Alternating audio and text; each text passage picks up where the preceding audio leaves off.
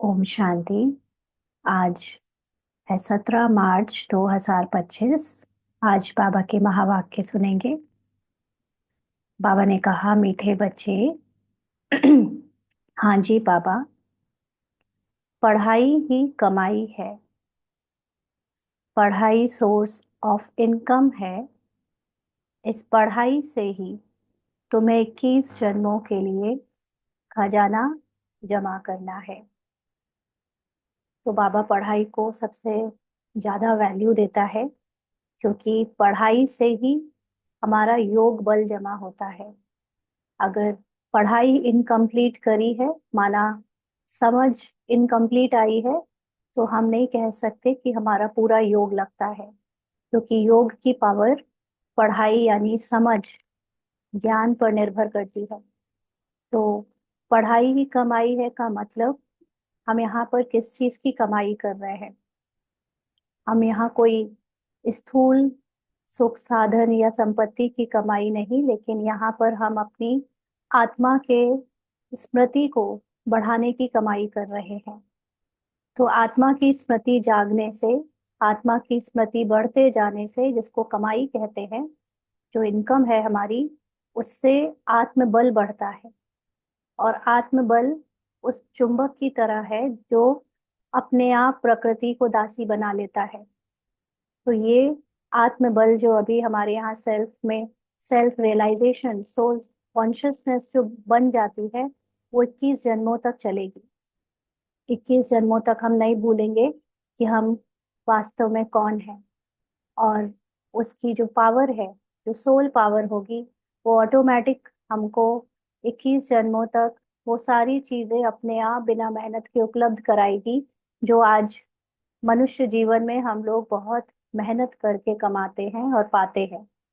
तो इसलिए पढ़ाई को, क्योंकि पढ़ाई में आत्मा की गहराई होती है, आत्मा के ऐसी गहरी गहरी बातें निकल के आती हैं जो ड्रामा में हमको देहभान का पार्ट बजाते हुए भी, रोल को बजाते हुए भी हमको उसमें डूबने नहीं देती। बाबा की ऐसी गुप्त बातें हैं, ऐसे गुप्त रहस्य हैं, जिसको पाने के लिए लोग घर संसार छोड़कर बहुत कठिन तपस्या करते हैं।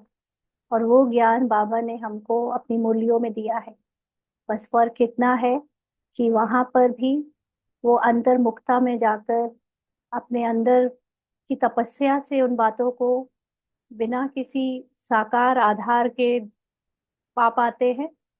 परमात्मा से या प्रेरणा से, या कहना चाहिए ब्रह्म की जो नॉलेज, ब्रह्मांड से जो उनको अपने अंदर की नॉलेज मिलती है, वो बिना आधार के, बिना किसी साधन के पाते हैं। और हम यहाँ पर बाबा की बनी बनाई पहले से ही जो मुरली रूपी पढ़ाई है, उसमें से, उसमें डूब कर पा पाते हैं। लेकिन वो भी तब निकाल पाते हैं जब हम खुद अपनी अंतर्मुखता की गुफा में और इतने ज्यादा तपस्वी हों, त्यागी हों, तभी वो बातें हमें समझ आती हैं। तो यहाँ पर त्यागी और तपस्वी का मतलब ये नहीं कि हमको भी कोई घर बार छोड़ना होता है। यहाँ पर त्याग का मतलब है अपनी रोल कॉन्शियसनेस का त्याग। जितना हम शरीर और देह भान से मुक्त होंगे, पवित्र होंगे, उतना हम आत्मा में स्थित होंगे, आत्मा की शुद्धता और पवित्रता पर निश्चय होगा। और जितना हम तपस्या करेंगे, तपस्या का मतलब बार बार अपने को आत्मा रूपी संपूर्णता संपन्न स्थिति में स्थित करना, ना कि ड्रामा के रोल कॉन्शियसनेस में बह जाना। तो उसको कहते हैं तपस्या। तो जितना त्यागी तपस्वी होंगे, उतनी ज्यादा पढ़ाई समझ में आएगी, उतने गहरे गहरे रहस्य निकल कर आएंगे, और उससे हमें मदद मिलेगी बहुत इजीली इस संसार की बुराई से, दुख से, सफरिंग से न्यारे होने में। और ये आत्मबल फिर हमको 21 जन्मों तक कोई भी मेहनत से बचा के रखेगा। आज का प्रश्न है, जिन बच्चों पर बृहस्पति की दशा होगी, उनकी निशानी क्या दिखाई देगी? वैसे दशा की बात तो रोल में होती है। आत्मा अपनी मूल स्थिति में सारे ग्रह नक्षत्रों से भी परे होती है या उसकी स्वामी होती है, क्योंकि उस पर किसी ग्रह नक्षत्र का कोई असर नहीं होता आत्मा की मूल स्थिति में। लेकिन जब हम रोल में आते हैं तो हमारे अंदर जब जैसे जैसे अज्ञानता आने लगती है, माना हम भूल जाते हैं अपना सच, तो फिर हम दशाएं देखने लगते हैं, कभी बृहस्पति, कभी राहु, कभी शनि। तो सारी दशाओं में से सबसे अच्छी दशा जो मनुष्य रूप में मानव जीवन में कही जाती है वो है बृहस्पति की दशा। तो हम बच्चों में से भी बृहस्पति की दशा नंबरवार है, सबकी अलग अलग रूप में दशा आई है। तो वो जिसकी सबसे अच्छी बृहस्पति की दशा होगी उसकी निशानी क्या दिखाई देगी? बाबा ने उत्तर दिया, उनका पूरा पूरा ध्यान श्रीमत पर होगा, पढ़ाई अच्छी तरह पढ़ेंगे, कभी भी फेल नहीं होंगे। तो सबसे ज्यादा ध्यान जिनकी बृहस्पति की दशा चल रही है, उन बच्चों की जो लगन होगी वो होगी बाबा के पढ़ाई पर। उनका पूरा अटेंशन रहेगा कि बाबा की पढ़ाई की गहरी से गहरी बातों को हम निकाल पाए, और श्रीमत पर यानी अपने को आत्मा समझने पर। तो अपने को आत्मा समझना, सिर्फ समझना नहीं, लेकिन आत्मा के स्मृति में स्थित होकर बाप समान पोजीशन से ड्रामा से न्यारे होकर ड्रामा को देखना, साक्षी दृष्टा होकर देखना, ये बाबा की श्रीमत है। तो जो बच्चों पर बृहस्पति की दशा होगी यानी बहुत अच्छा भाग्य होगा, वो पढ़ाई पर बहुत ध्यान देंगे और साथ साथ अपनी आत्मा के बल पर, आत्मा की स्थिति पर स्थित रहने का बहुत ध्यान देंगे, कभी भी फेल नहीं होंगे। माना कैसी भी कैरेक्टर में परिस्थिति आए, माया कितना भी उथल पुथल दिखाए, लेकिन वो अंदर से कभी भी नहीं भूलेंगे कि वो आत्मा है। वो अपनी अचल अडोल स्थिति को कभी भी नहीं भूलेंगे। भले कैरेक्टर में हलचल दिखाई जाए, कैरेक्टर में रोना, चीखना, चिल्लाना, डिस्टर्ब होना दिखे, लेकिन वो कैरेक्टर को भी साक्षी होकर देखने वाली आत्मा सदा जागृत होगी, और वो अपने कैरेक्टर के इस हलचल को, उथल पुथल को भी न्यारी होकर अलग से देख रही होगी। ऐसी आत्मा कभी नहीं भूलेगी कि मेरा सत्य क्या है, भले ही कैरेक्टर कितना भी गिराने वाला हो। इसलिए वो कभी फेल नहीं होंगे। श्रीमत का उल्लंघन करने वाले ही पढ़ाई में फेल होते हैं। तो पढ़ाई में फेल होने का मतलब ये नहीं होता कि आंसू नहीं आएंगे, मतलब आंसू आ जाएंगे तो फेल हो गए, या डर लग गया तो फेल हो गए, या हिम्मत टूट रही है तो फेल हो गए। पढ़ाई में फेल होने का मतलब ये है कि हम किसी भी कारण से, कुछ भी बात हो जाए कैरेक्टर कहानी में, लेकिन मैं अपनी इस गिरावट को भी साक्षी होकर देखूं, मैं कैरेक्टर के उथल पुथल को, हलचल को भी साक्षी होकर देखूं और निरंतर आगे बढ़ती रहूं। मैं मुझे कोई भी तरह की परिस्थिति या माया ज्ञान में आगे बढ़ने से रोक ना सके। मुझे मेरी आत्मा के ऊपर जो निश्चय है वो कोई भी तोड़वा नहीं सकता। अब उसको कहते हैं पढ़ाई में हमेशा पास होना। और जो ये भूल जाते हैं कि वो आत्मा है, वो कैरेक्टर में डूबकर पूरी तरह से कैरेक्टर में डाउट में आ जाते हैं, अपने को आत्मा याद ही नहीं रख पाते, तो वो फेल होते हैं। तो श्रीमत का उल्लंघन का मतलब ही है अपने को भूल जाना कि मैं आत्मा हूँ।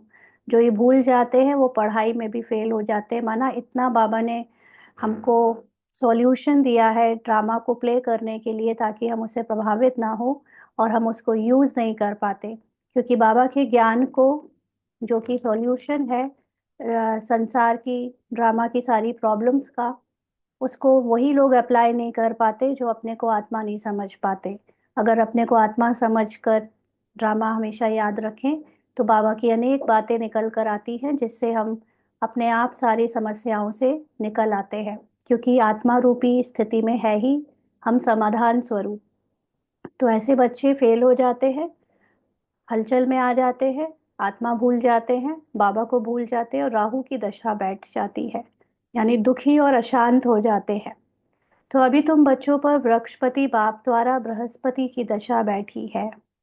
तो भगवान जो सर्वज्ञ है, सब कुछ जानता है, उसके पास सारी नॉलेज है, वो नॉलेज उसने हमसे शेयर की है।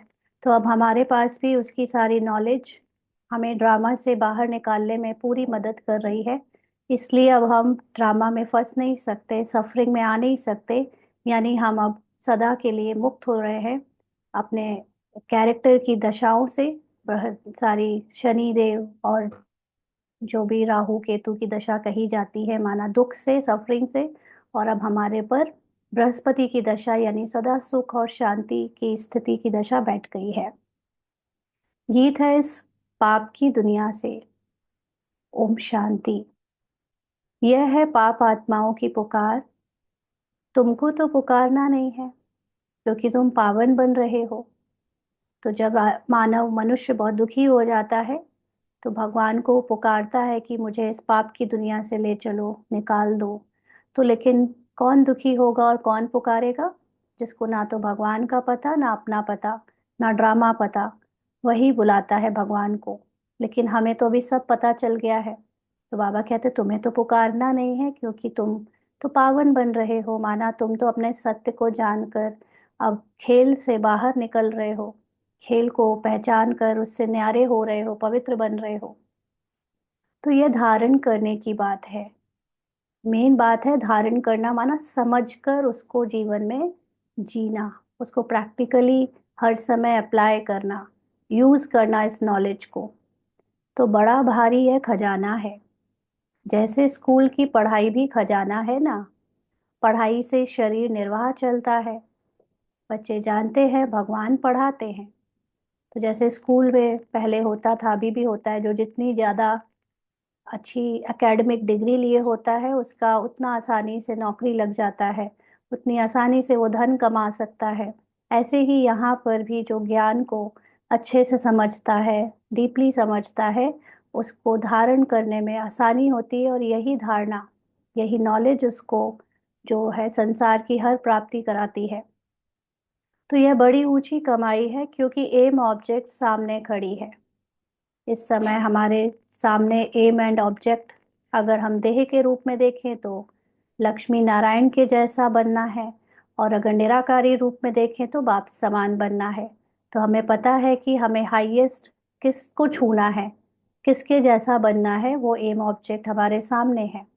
तो सच्चा सच्चा यह सत्संग सारे कल्प में एक ही बार होता है, जबकि पुकारते हैं पतित पावन आओ। अब वह पुकारते रहते हैं, यहाँ तुम्हारे सामने बैठे हैं। तुम बच्चे जानते हो हम पुरुषार्थ कर रहे हैं नई दुनिया के लिए, जहाँ दुख का नामो निशान नहीं होगा। तो अभी भी संसार में लोग जो बातें करते हैं कि सतयुग आने वाला है या सतयुग आएगा, या हमें ऐसी दुनिया चाहिए जहाँ कोई दुख ना हो, वो लोग सिर्फ ऐसा इमेजिन करते हैं या सिर्फ ऐसा सोचते हैं कि काश ऐसा हो, है ना। या सोचते हैं कि एक दिन कोई ऐसा समय स्टार्ट होगा। वो सिर्फ वेट कर रहे हैं और भगवान को अपनी प्रेजेंट की सफरिंग से निकलने के लिए बुला रहे हैं, पुकार रहे हैं, जानते नहीं भगवान को। सारे सत्संग में अभी ऐसे ही भगवान को ढूंढ रहे हैं। लेकिन हम यहाँ पर भगवान से पढ़ रहे हैं, हम वो संसार बना रहे हैं, वो नई दुनिया स्थापन कर रहे हैं भगवान के द्वारा ज्ञान सुनकर। और वो दुनिया, जो नई दुनिया जिसको भगवान कहते हैं, उस दुनिया के लिए हमारे स्थिति जो चेंज हो रही है, वो ऐसी स्थिति है जहाँ पर हमारे अंदर द्वैत खत्म हो जाएगा। यानी कैरेक्टर में जो सुख और दुख का खेल है, जिससे हम आज तक 63 जन्मों से अटैच होते आए, दुख सुख में अपने को डुबाते आए और सोचते आए कि दुखी होने वाला भी मैं, सुखी होने वाला भी मैं। तो दुख से दूर भागते आए, सुख को पकड़ने की कोशिश करते रहे। अब हमारे अंदर भगवान वननेस यानी अद्वैत ला रहा है, सिर्फ आत्मा में स्थित करा रहा है कि आत्मा सुख और दुख दोनों से न्यारी है। वहां पर न आत्मा को न सुख से कोई फर्क पड़ता है न दुख से। तो ये ज्ञान और इससे रिलेटेड सारा ज्ञान हमको कैरेक्टर का जो दुख बचा हुआ है या जो सफरिंग बची हुई है, उससे निकालने में मदद करता है। तो फिर उससे एक ऐसे संसार की स्थापना होती है, या कह लीजिए अपने आप हो रही है, जिसको हम निमित्त बनकर प्ले कर रहे हैं कि हम उस संसार को अपने अंदर से ला रहे हैं। वो है सतो प्रधान स्थिति को जन्म देना ज्ञान के आधार से। तो वहाँ पर दुख का नाम निशान चला जाएगा, क्योंकि समय अब ऑटोमेटिकली चक्र का ऐसा आ रहा है जहाँ पर कोई दुख नहीं होगा। लेकिन वो समय आने के पहले हमारे अंदर वो स्थिति आएगी जहाँ पर हम दुख से बेचैन नहीं होंगे, सुख से प्रभावित नहीं होंगे और दुख से बेचैन नहीं होंगे। दोनों ही चीजों में हम चैन में रहेंगे ना। तो बाबा कहते हैं वहां पर जहां दुख का नामो निशान नहीं होगा, तुमको चैन मिलता है स्वर्ग में। तो हमको फाइनली जब यहाँ पर रोल में भी दुख से चैन मिल जाएगा, माना दुख प्रभावित नहीं करेगा, तो अल्टीमेटली हमारी स्वर्ग वाली स्थिति आ जाएगी। जब हमको, जब दुख भी प्रभावित नहीं करेगा तो सुख की ही दुनिया फाइनली बाहर दिखने लगेगी, यानी हम चैन में आ जाएंगे। तो नर्क में थोड़े ही चैन है। देखा जाए तो कैरेक्टर को तो यहाँ पर बचे हुए कलयुग में चैन नहीं मिलेगा, क्योंकि कैरेक्टर में तो उथल पुथल, अनेक बातें खत्म होने के लिए आएंगी ही आएंगी।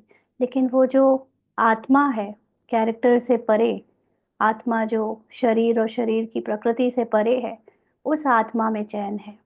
तो उस आत्मा में अभी नॉलेज से स्थित होने पर हम कैरेक्टर को जो है वो रोल को पार कर लेते हैं, और फिर आने वाला समय चैन ही चैन का है, उसमें हम एंट्री कर जाते हैं। तो बाबा कहते हैं यह तो विषय सागर है, कलयुग है ना।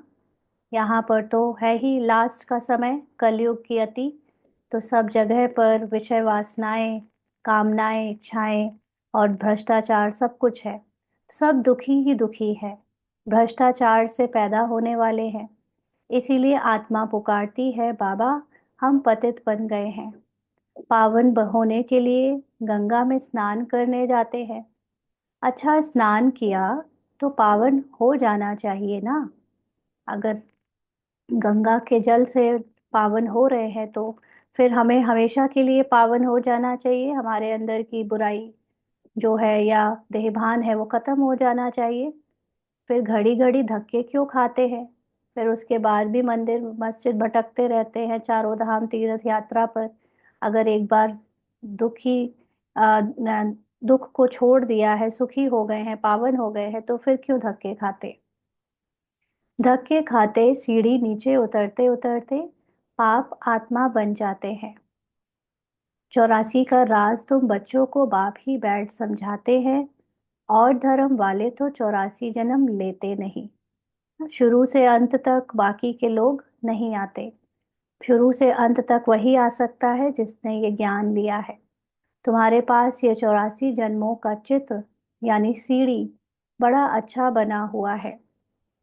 कल्प वृक्ष का भी चित्र है गीता में, परंतु भगवान ने गीता कब सुनाई, क्या आकर किया, यह कुछ नहीं जानते। और धर्म वाले अपने अपने शास्त्रों को जानते हैं, भारतवासी बिल्कुल नहीं जानते। बाप कहते हैं मैं संगम युग पर ही स्वर्ग की स्थापना करने आता हूँ। ड्रामा में चेंज हो नहीं सकती। इस समय अगर कोई सोचे कि ड्रामा में कोई भी चेंज हो, इधर से उधर समय कुछ भी नहीं हो सकती। क्यों? क्योंकि ड्रामा एक बनी बनाई रिकॉर्डिंग जैसे टीवी में चलती है, जो कि ऑलरेडी जिसकी शूटिंग ऑलरेडी हो चुकी है, सिर्फ रिकॉर्डिंग प्ले हो रही है। वैसे ही हम सब भी, हम सब का मतलब ये जो कैरेक्टर हम सब दिख रहे हैं as a Rupali, as a अलग अलग नेम, ये सब ऑलरेडी रिकॉर्डेड है, ये प्ले हो रहे हैं। केवल देखने वाले दृष्टा ने, ऑब्जर्वर ने कैरेक्टर से अपनी पहचान बना ली है, इसलिए हमको लगता है कि मैं कर रहा हूँ, मैं बोल रहा हूँ, मैं सोच रहा हूँ, ये मैं हूँ।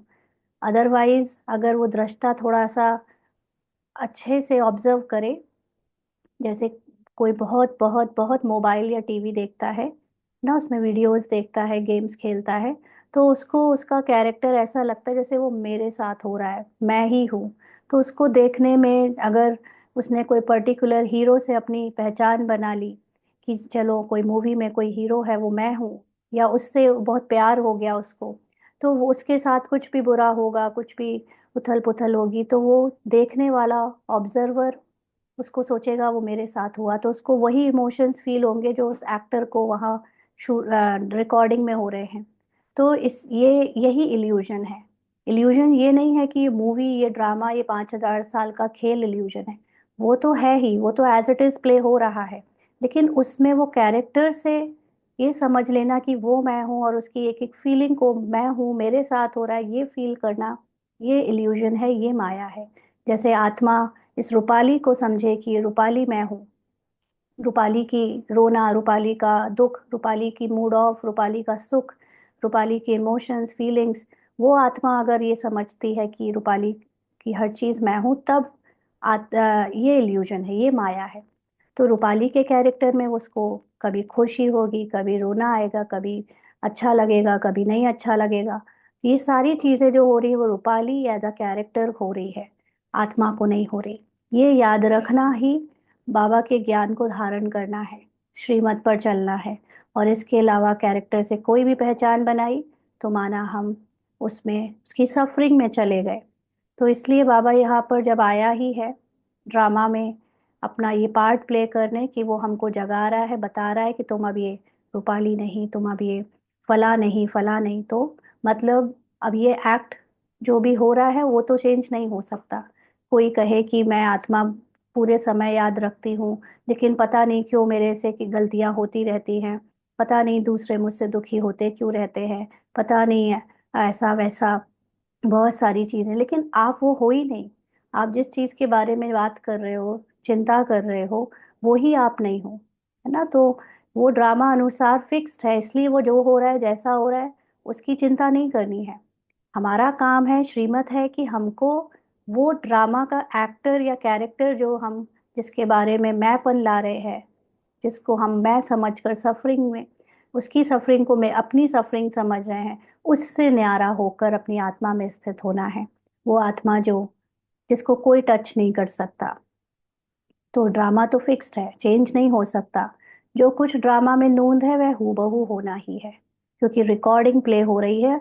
हमको ऑब्जर्वर बनना पड़ेगा, हमको साक्षी दृष्टा बनकर एक्ट करने वाले अर्जुन से संजय बनना पड़ेगा ना। हम लोगों ने इसकी क्लास भी शाम को ली है, एक एक शेयर कर दूंगी कि अभी समय आ गया है अर्जुन से संजय बनने का। अर्जुन वो जो ज्ञान लेने की एक्टिंग कर रहा है 18 अध्याय, लेकिन फाइनली इस सबको होता हुआ कौन देख रहा है? वो आत्मा है, वो है संजय, जो धृतराष्ट्र को सुनाता है कि अर्जुन युद्ध की भूमि पर भगवान से ज्ञान ले रहा है, बार बार भूल रहा है कि वो कौन है।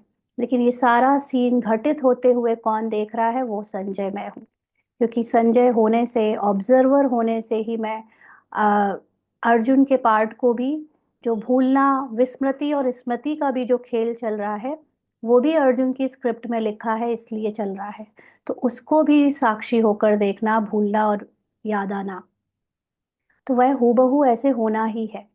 ऐसे नहीं कि होकर फिर बदल जाना है। जो अभी तक बीता, हम सबके इस लाइफ की ही सबको याद होगी, पिछली की तो जन्मों का तो कोई बात ही नहीं, इसी मूवी इसी कैरेक्टर का बस याद है। तो जो भी हुआ है वो फिर होकर बीत भी गया, खत्म हो गया इस बार के लिए। फिर लेकिन ये नहीं कि वो अगले कल्प में बदलेगा या नहीं बदलेगा, इससे हमको फर्क ही नहीं पड़ना चाहिए। क्योंकि हमें कौन सा याद है कि हमारे पिछले जन्म, पिछली एक्टिंग, पिछली मूवीज में क्या क्या हुआ। तो ऐसे ही हमको फिर नहीं याद होगा। तो इसलिए ये सोच सोच कर मूंदना नहीं चाहिए कि ये क्यों होगा। अभी आप इसी स्मृति में नहीं होगा, दोबारा भूल जाओगे, फिर से जो होना होगा वो वैसे ही होगा जैसे पहले कई बार हुआ। तो तुम बच्चों की बुद्धि में ड्रामा का चक्र पूरा बैठा हुआ है। इस 84 के चक्र से तुम कभी छूट नहीं सकते हो। ये एक्टिंग है ना, रिकॉर्ड हो चुकी है। अगर शूटिंग हो रही होती तो चलो शूटिंग के दौरान एक्टर को बदल दिया जाता, बट शूटिंग हो चुकी है, फिक्स्ड हो चुकी है। अभी शूटिंग को कुछ किया ही नहीं जा सकता, केवल रिकॉर्ड हो रही है। तो इस समय हम केवल इतना कर सकते हैं कि हम जो रिकॉर्डेड मूवी देख रहे हैं, उस मूवी में जो एक्टर से हमने अपने आप को बहुत अटैच कर लिया है, बस उससे न्यारा होकर हम ऑब्जर्वर की सीट पे बैठ जाए, तो हम सफरिंग से छूट सकते हैं। बस यही हमें करना है। तो इसलिए अब वो रिकॉर्डेड में जो कुछ भी कैरेक्टर के साथ हुआ है उससे कोई नहीं छूट सकता। कैरेक्टर के साथ तो वही होगा जो होना है। तो मैं कैरेक्टर नहीं हूँ, ये मेरा मुख्य पुरुषार्थ है। अर्थात ये दुनिया कभी खत्म नहीं हो सकती, है ना। माना 84 का चक्र चलता रहेगा, कलयुग एंड होने के बाद भी दुनिया चलेगी, दुनिया में लोग होंगे, दुनिया की कहानी चलेगी, प्रकृति रहेगी, सब कुछ होगा। केवल ये वाला कैरेक्टर हम सबका जो है एंड होकर नए कैरेक्टर में, नई कैरेक्टर बजने लगेंगे। जैसे फिल्म इंडस्ट्री है, फिल्म इंडस्ट्री में बड़े बड़े, शुरुआत से देखें तो जो अच्छे अच्छे एक्टर्स ने पहले ही जमाने की मूवीज बनाई हैं, 60s में 70s में, उनके बच्चों ने 80 90s की मूवी बनाई है। उसके उनके बाद के बच्चों ने फिर 2000 के नए युग की मूवी, आजकल फिर से नई जनरेशन आ रही है। पुरानी जनरेशन का खेल खत्म होता जाता है, नई जनरेशन ज्वाइन करती जाती है, और दुनिया, फिल्म इंडस्ट्री चल रही है। ऐसे ही यहाँ पर ये मूवीज का जो हमारा ड्रामा है उसमें भी यही है।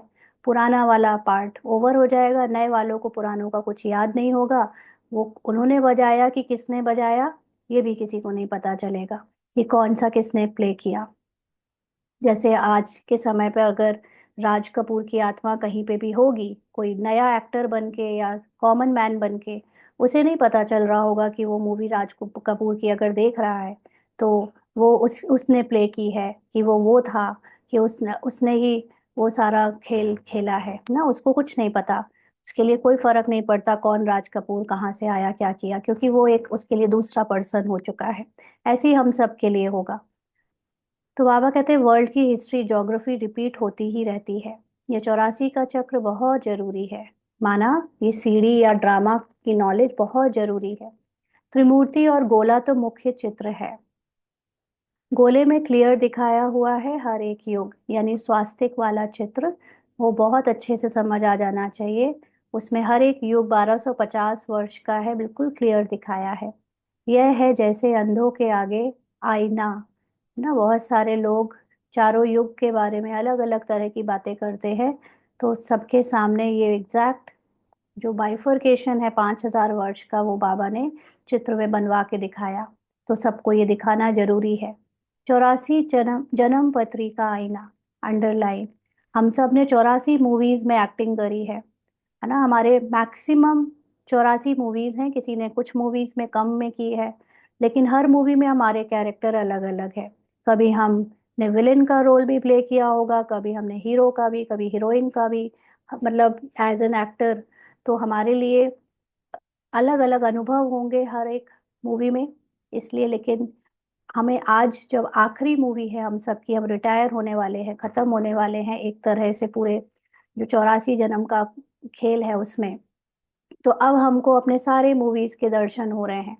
मतलब जो संस्कार निकल के कभी कभी आएंगे, वो आज तक के सारे संस्कारों का आईना दिख रहा है ना। तो हमें अब वो लाइफ टाइम अचीवमेंट अवार्ड देने आया है बाबा, कि देखो तुम्हारे सारे जन्मों में 5000 साल के चक्र में तुमने कैसे कैसे रोल प्ले किए हैं। तो अब हमें वो सारा दर्शन हो रहा है। तो बाप तुम बच्चों की दशा वर्णन करते हैं। इतना हम लोगों ने एक्ट किया है कि हम भूल ही गए कि हमारी रियलिटी क्या है। तो अब बाबा हमें हमारे सच को बता रहे हैं कि तुम वो एक्टर जो एक्टिंग कर रहे थे अलग अलग, वो नहीं हो। अब होश में आ जाओ, अपने सत्य में आ जाओ। तो तुम्हारी दशा जो है वो देखो क्या हो गई है। बाप तुम्हें बेहद की दशा बतलाते हैं। तो इस समय बाबा हमको हमारी सत्य जो आत्मा है वो याद दिला रहे हैं कि तुम कौन हो असलियत में। अभी तुम बच्चों पर बृहस्पति की अविनाशी दशा बैठी है, और वही रियलाइजेशन, अपनी आत्मा का रियलाइजेशन ही सबसे ऊंचा रियलाइजेशन है, जिससे हम संसार के, इस खेल के, ड्रामा के, मूवी के सारे अच्छे बुरे से परे हो जाते हैं। हमारे ऊपर जो अलग अलग टैग लगे हैं, कभी विलेन बने थे तो कुछ लोगों ने हमारे ऊपर नफरत का टैग लगा दिया, बुराई का टैग लगा दिया। कभी हीरो बने तो उसका टैग लगा दिया। अभी पता चल गया ये सारे टैग मैं नहीं हूँ, है ना। ये है सारे दुख और सुख से छूट जाना। तो ये बृहस्पति की अविनाशी दशा आत्मिक रूप में बनती है। फिर है पढ़ाई पर मदार। फिर क्या है, अब इसके बाद बाबा ने तो बता दिया, बाबा ने तो नॉलेज दे दी। बाकी हमें कितनी समझ में आएगी ये हमारी खुद की मेहनत है, हमारी खुद की पढ़ाई पर निर्भर करता है। कोई पर बृहस्पति की, कोई पर चक्र की, कोई पर राहु की दशा बैठी है। ना पास हुआ तो राहु की दशा कहेंगे ना। अगर पढ़ाई को समझ नहीं पाए, धारण नहीं कर पाए, सूक्ष्म गहराई तक नहीं जा पाए, माना बॉडी कॉन्शियस में रह गए, तो बॉडी कॉन्शियसनेस की सफरिंग यानी सजा भुगतेंगे। तो यहाँ भी ऐसे है, श्रीमत पर नहीं चलते हैं तो राहु की अविनाशी दशा बैठ जाती है। आत्मा नहीं समझेंगे तो सोल कॉन्शियस नहीं बन पाएंगे और फिर जरूर देह भान में सफरिंग करेंगे। वह बृहस्पति की अविनाशी दशा और यह फिर राहु की दशा हो जाती। बच्चों को पढ़ाई पर पूरा ध्यान देना चाहिए, इसमें बहाना नहीं देना चाहिए। सेंटर दूर है, ये है, वो है, पैदल करने में 6 घंटा भी लगे तो भी पहुंचना चाहिए, है ना। तो पढ़ाई जरूर देनी चाहिए। बाबा के समय पर पढ़ाई का जरिया केवल सेंटर था। उस समय जो सेंटर नहीं जा पाता था उसको मुरली ही नहीं मिलती थी। फिर धीरे धीरे ऐसा हुआ कि बाहर कईयों के घर में जाकर मुरली होने लगी तो थोड़ा सा डिस्टेंस कम हो गया। लेकिन अभी तो कोई बहाना चल ही नहीं सकता कि हम पढ़ाई नहीं पढ़ पाते। क्यों? क्योंकि अब तो सबके हाथों में मोबाइल में ही मुरली आती है, टीवी पर ही मुरली आती है ना। तो अब कोई नहीं कह सकता कि हम पढ़ नहीं सकते। अब पढ़ाई से जिसने गफलत करी, माना वो फिर बहुत सफरिंग, बहुत सजा खाने वाला है। क्योंकि इस पढ़ाई से ही हमें ये कलयुग रूपी दुख की दुनिया को पार करने का ज्ञान मिलेगा, चाबी मिलेगी और समाधान मिलेंगे। तो मनुष्य यात्राओं पर जाते हैं, कितना धक्के खाते हैं। आगे बहुत पैदल जाते थे, बैलगाड़ी में भी जाते थे। यह तो एक शहर की बात है। यह बाप की कितनी बड़ी यूनिवर्सिटी है जिससे तुम यह लक्ष्मी नारायण बनते हो। ऐसी ऊंच पढ़ाई के लिए कोई कहे कि दूर पड़ता है या फुर्सत नहीं, तो बाप क्या कहेंगे। हाँ, पढ़ाई पढ़ने के लिए खास अगर हम टाइम ना निकाल पाएं और इस चीज़ की, इस ज्ञान की वैल्यू ना समझ पाएं तो भगवान भी क्या कहेगा कि यह बच्चा तो लायक नहीं है। बाप ऊंच उठाने आते, यह अपनी सत्यानाश कर देते। पढ़ने में मन नहीं लगता, है ना। तो अभी तो कोई स्कूल नहीं जाता, कॉलेज नहीं जाता, तो ऑनलाइन क्लासेस हो गई है। अब कैसे नहीं जा सकते? उसके बाद भी नहीं करे तो माना उसके भाग्य में ही नहीं, अपना ही सत्यानाश खुद कर लेते। श्रीमत कहती है पवित्र बनो, दैवी गुण धारण करो, इकट्ठे रहते भी विकार में नहीं जाना है। तो बाबा ने ये ऑर्डर पास कर दिया है कि जब तुम कैरेक्टर नहीं हो तो तुम्हें कैरेक्टर के विकारों भरी स्मृति से निकलकर अपनी आत्मा में अगर स्थित होना है तो तुम कैरेक्टर वाले विकारों में क्यों जाते हो? तुम नहीं जा सकते, नहीं तो तुम अपने को न्यारी आत्मा का अनुभव नहीं करा सकोगे। वो बहुत जरूरी है ना। जैसे लोग गंदी मूवीज देखते हैं और उसमें वो पूरा डूब जाते हैं, लेकिन ये भूल जाते हैं कि मैं वो नहीं हूँ।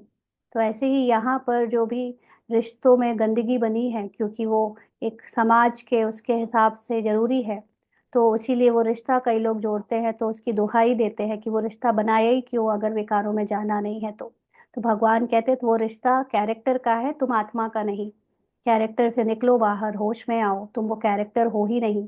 अपने को अगर कैरेक्टर समझते रहोगे तो कल को उस कैरेक्टर को जब थप्पड़ लगेंगे, उस कैरेक्टर को जब बीमारियां होंगी, उस कैरेक्टर को जब एक्सीडेंट या कुछ भी बुरा बुरा होगा, तब तुम सफरिंग करोगे अगर तुमने अपने को अभी आत्मा अनुभव नहीं किया, आत्मा न्यारी नहीं बनाया और शरीर में डूबे रहे। तो इसलिए अब सब निकलो, जो खास शरीर वाले विकार है उससे तो बिल्कुल निकलो, क्योंकि शरीर वाले विकार को तुम अपने में अनुभव कर रहे हो जो तुम हो ही नहीं। तो ये सबसे बड़ा माया है, सबसे बड़ी धोखा है। इसलिए ये वाला विकार तो सबसे पहले छोड़ना होता है। बीच में ज्ञान योग की तलवार है ना। कोई इसके लिए हमको चिरम गांजा पीने की जरूरत नहीं है, घर छोड़ के जाने की भी जरूरत नहीं है। सिर्फ ये नॉलेज कि मैं ये शरीर नहीं, मैं ये रोल नहीं, मैं ये कैरेक्टर नहीं, मैं आत्मा हूँ, ये ज्ञान और योग, इसका अनुभव करना, योग की पावर, आत्मा समझने के लिए अपने को बार बार उस निराकार स्वरूप में टिकाना, ये तलवार है। हमको तो पवित्र दुनिया का मालिक बनना है। अभी तो पतित दुनिया के मालिक है ना। वह देवताएं थे डबल सिर ताज, फिर आधा कल्प के बाद लाइट का ताज उड़ जाता है। तो लाइट का ताज का मतलब 2500 वर्ष तक हमको अपनी आत्माभिमानी स्थिति याद रहती है, हम उसी में होते हैं। इसलिए हमारे पास प्योर डबल प्योरिटी होती है। एक तो आत्मा की प्योरिटी, दूसरा सारे प्रकृति के तत्वों की प्योरिटी और संपन्नता की भी प्योरिटी ना। मतलब ताज होता है। तो ये सब चीजें 2500 वर्ष तक चलती है, और जब हम अपने को आत्मा भूल जाते हैं, द्वापर युग से द्वैत आ जाता है, शरीर एक दूसरी पहचान बना लेता है, तब ये ताज उड़ जाता है। प्रकृति की भी ताज उड़ता है और अपनी स्मृति का भी ताज चला जाता है। तो इस समय लाइट का ताज कोई पर भी नहीं है। बाबा की नॉलेज जब तक नहीं है, तब तक कोई भी नहीं कह सकता कि मेरे पास प्योरिटी का ताज है या पूरी तरह संपन्नता का ताज है। सिर्फ जो धर्म स्थापक है उन पर हो सकता है, क्योंकि वह पवित्र आत्माएं शरीर में आकर प्रवेश करती हैं। क्योंकि बताया है ना बाबा ने कि सारे धर्म स्थापक, उनकी ओरिजिनल जो कैरेक्टर वाली लाइफ थी, वो तो सफरिंग वाली लाइफ थी, लेकिन उस उनमें जो पवित्र आत्मा प्रवेश करती है दूसरी, या कह लो जो उनका नॉलेज है सुप्रीम पावर के द्वारा दिया गया आत्मबल, वो जब प्रवेश करता है तब उन धर्म स्थापकों को लाइट का ताज दे सकते हैं, क्योंकि वो उनका फर्स्ट ज्ञानी जो नॉलेजफुल जीवन है उसके कारण। तो वो प्योरिटी होती ही नॉलेजफुल होने से है। यही भारत है, जिसमें डबल सिर ताज भी थे, सिंगल ताज वाले भी थे। हम भारत के ही उत्थान और पतन की कहानी जब देखते हैं, तो यहीं पर डीटी डायनेस्टी भी होकर गई है, देवताओं के राजा भी होकर गए हैं और सिंगल विकारी राजा भी होकर गए हैं। अभी तक भी डबल सिर ताज के आगे सिंगल ताज वाले माथा टेकते हैं, क्योंकि वह है पवित्र महाराजा महारानी। महाराजाएं राजाओं से बड़े होते हैं, उनके पास बड़ी बड़ी जागीर होती है। सभा में भी महाराजाएं आगे और राजाएं पीछे बैठते हैं, नंबरवार, है ना, जैसे दिखाया गया है कि छत्रपति शिवाजी एक तरह से महाराजा और उनके साथ छोटे छोटे गांवों के राजा अलग अलग, ना, छोटी छोटी राजधानी को संभालने वाले। तो वो सारे राजा उनको एक तरह से वो करते थे कि सम्मान देते थे कि वो हमसे ऊंचे हैं। सारे कई सारे गांवों के राजाओं को मिलाकर एक बड़े महाराजा बने। तो इस तरह से महाराजा आगे होते हैं और राजा पीछे बैठते हैं नंबरवार। कायदे से उन्हों की दरबार लगती है। यह भी ईश्वरीय दरबार है। इनको इंद्र सभा भी गाया जाता है। तुम ज्ञान से परियां बनते हो। बहुत खूबसूरत को परी कहा जाता है ना। तो ज्ञान से परी बनना या ज्ञान से खूबसूरत बनने का मतलब कोई शारीरिक रूप से खूबसूरती की बात नहीं है, लेकिन हमारी सोच, हमारा दृष्टिकोण खूबसूरत हो जाता है। हमारा हमारे अंदर जो वृत्ति है, जो संसार को देखने का नजरिया है, वो बहुत खूबसूरत सतो प्रधान हो जाता है। हम परी बन जाते हैं। परी हर चीज में हल्की रहती है ना। हल्की का मतलब उड़ना, उड़ने का मतलब निश्चिंत रहना, निर्दोष दृष्टि रखना। तो इस समय बाबा हमको नॉलेज से यही सिखा रहा है कि तुमने जो कलयुग को अपनी दृष्टि से बनाया है कि ये पाप है, ये पुण्य है, ये भ्रष्टाचार है, ये गंदगी है, ये अच्छाई है, ये पॉल्यूशन है, ये दृष्टिकोण पूरा चेंज कर दो और हर चीज को सतो प्रधान दृष्टि से देखो। हवा को एकदम नेचुरल, प्रकृति की जो सबसे सुंदर हवा है उस रूप में देखो। पानी को सुंदर रूप में देखो। व्यक्ति जो रोल प्ले कर रहे हैं, कैरेक्टर्स, उनको उनके फाइनेस्ट प्योरेस्ट फॉर्म में देखो। सब ईमानदार हैं, सब सेल्फ डिसिप्लिन्ड हैं, सब अच्छे हैं, सब बहुत अच्छा अपना रोल प्ले कर रहे हैं। सबकी सतो प्रधानता को देखो। तो ये जो हमारे अंदर दृष्टिकोण चेंज हो रहा है, वही हमारी बाहर की जीवन बना देता है। और ये एक्चुअली खुद मैंने अपने इस कैरेक्टर के द्वारा भी अनुभव किया है कि जो चीज आपको माया गलत दिखाती है, नेगेटिव दिखाती है, आप उसी समय माया को डांट दो कि तुम सोच रही हो गलत, ये ऐसा है नहीं, इसका सत्य ये नहीं है, तुम सही सोचो। और वो सच सही सोच जैसे ही बनाई, तो वो अपने आप सामने वाला कैरेक्टर बिल्कुल वैसे ही एक्ट होने लगता है। जैसे फॉर एग्जाम्पल कि आपके घर में कोई हेल्पर है ना। अभी हमारी तमो प्रधान भी सोच कहती है कि उससे पैसा ज्यादा, उसको उससे कम, मतलब कम से कम पैसे में ज्यादा से ज्यादा काम कराए, या वो रोज आए, या वो ढंग से काम करे। फिर हम उसके लिए दो चार और उल्टे सीधे सोच भी सोच देते हैं, कहीं कुछ चुरा ना ले, कहीं कुछ ऐसे। ये है हमारी तमो प्रधान सोच। बट सतो प्रधान सोच क्या कहेगी कि उसको सारे काम अपने आप आते हैं, वो सारे काम अपने आप से बेस्ट करती, मुझे बताना नहीं पड़ता कि यहाँ डस्टिंग कर दो, कि वो साफ करो। वो अपने आप जो चीज एकदम, जैसे मधुबन में होता है ना, वॉलेंटरीली सब लोग काम करते हैं वहाँ।